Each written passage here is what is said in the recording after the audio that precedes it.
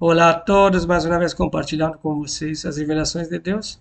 Hoje falarei sobre a importância do livro de Atos. O livro que infelizmente não está sendo muito falado dentro das igrejas, dentro do sistema religioso de quatro paredes, né? Mas Deus falou comigo algumas coisas, me revelou alguma coisa e eu queria compartilhar com vocês. Né? Por que é tão importante o livro de Atos? Né? Primeiramente, quero falar que foi escrito pelo evangelista Lucas, provavelmente, né? Você fala que foi escrito para ele, né? Em Atos se fala como da igreja primitiva, da igreja que se formou logo depois da morte de Jesus, né? Uma igreja que se reunia na comunhão do Espírito, no amor, onde as pessoas tinham se entregado totalmente para Deus, né? Que andava no amor de Deus, que se reunia, que ajudava o próximo, que falava da única mensagem que tem que ser falada, que é o arrependimento, o amor, a cruz e a graça. O que depois Paulo continuou fazendo também, a gente vê nas cartas dele, né? E falando claramente da entrega total, né? que significa aceitar Jesus. Então, por que é tão importante o livro de Atos?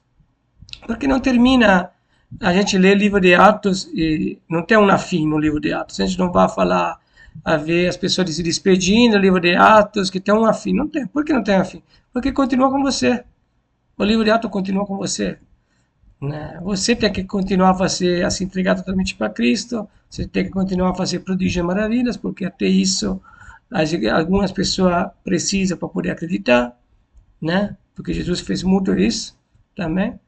Então a gente vê isso quando na ressurreição de Lázaro, né? Quando Jesus fala com Deus, eu fiz isso, né?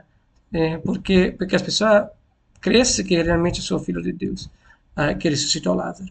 Então vai ter pessoas que realmente até através dos prodígios, né, vai poder ficar perto de Jesus, né? E que Deus vai querer usar aqui a gente para poder fazer isso. Mas a igreja primitiva, voltando à igreja primitiva, a gente vê que era uma igreja tão pura, né, onde as pessoas não era apegada às coisas materiais, era realmente tomada pelo Espírito Santo, tinha coração, né, de Deus mesmo lá, juntos formando a igreja, o corpo de Cristo poderoso, formado de gente que tinha se entregado por completo para Deus, né? E era tão pura que a gente vê na história da Ananias e Safira, né, que venderam a propriedade dela e queriam também sonegar, vamos falar assim, uma parte do dinheiro, não queria entregar esse dinheiro para os apóstolos. Mas por que aconteceu isso em Ananias e Safira também? Que se Deus continuasse com esse padrão, se a igreja fosse pura como aquele tempo, morreria um monte de gente agora, porque quanta gente não faz, não ajuda o próximo, né? Mas isso não tem nada a ver com o dízimo, né? Por que as pessoas morreram? Isso não é o dízimo como muitas pessoas têm tirado do contexto, né? Que Ananias e Safira não deram a parte certa do dízimo, por isso foram mortos. Não. Porque essa igreja era tão pura que não aceitava brincadeira, né? Então Deus tocava na mente das pessoas para poder entregar o que ele tinha, né? Mas Deus não forçava ninguém a fazer nada. Ananias e Safira, queriam se mostrar que estavam fazendo isso também, mostrar que estavam dando os bens deles, o que eles tinham, mas na verdade não estavam fazendo decoração. Né? Se tivesse feito decoração, não ia sonegar na parte do dinheiro. Né? Porque quando Deus toca, dá com abundância. Né? Deus que toca para poder sustentar o ministério, não é os apóstolos que iam lá, me dá R$ 200 aí, 300 aí, estou precisando disso. Os apóstolos não falavam isso, estavam precisando daquilo, do outro. Era Deus tocando na mente das pessoas para que pudesse sustentar o ministério. E o fato que o que ele estava fazendo vinha na direção dele, da direção de Deus, né? E que ele se entregava totalmente obedecendo à vontade de Deus, era a garantia que ele ia sustentar o ministério. Não precisava de fazer como faz muitos pastores agora, que tem que fazer o dízimo para poder sustentar.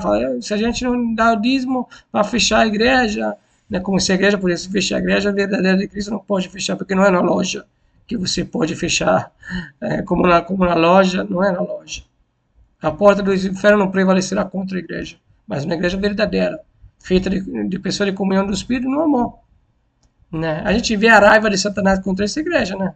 Ele moria como tochas humanas, ele era jogado às bestas ferozes no Colosseu, né? Ele era morto toda hora, porque Satanás odeia isso.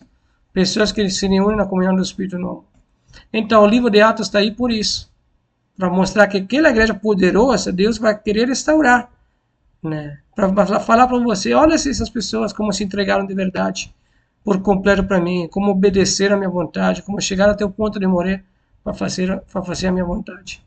E seja igual, entregue a sua vida por Cristo, seja como aquela igreja de Atos, né? Descubra seu propósito nessa terra, siga esse propósito, obedeça a voz do Espírito Santo, e essa igreja de Atos vai voltar. É só questão de tempo.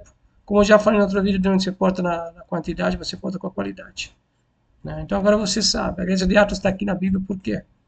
Para te mostrar que essa igreja poderosa vai continuar com você, se você se posicionar firme com Deus, se você entregar sua vida por Deus, e obedecendo a Ele, aí você vai poder manifestar o Cristo nessa terra, né? A igreja realmente de Cristo, onde Ele é a cabeça e nós somos o corpo. Então, essa igreja era corpo de Cristo, sim, porque andava na comunhão do Espírito no amor. Esse que Deus tem me revelado. Se quiser compartilhar esse vídeo, compartilhe. Um abraço a todos. Até a próxima.